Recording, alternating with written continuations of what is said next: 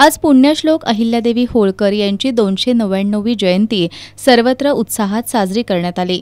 कोल्हापुरातील महाराष्ट्र राज्य धनगर समाज महासंघ प्रणित मल्हार सेनेच्या वतीनंही जुना वाशीनाका इथल्या पुण्यश्लोक अहिल्यादेवी होळकर स्मारकामधील अहिल्यादेवी होळकर यांच्या पुतळ्याचं पूजन करून अभिवादन करण्यात आलं।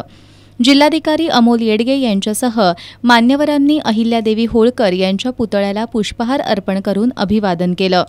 यावेळी धनगरी ढोलाच्या ठेक्यात पुण्यश्लोक अहिल्यादेवी होळकर यांचा जय जयकार करण्यात आला।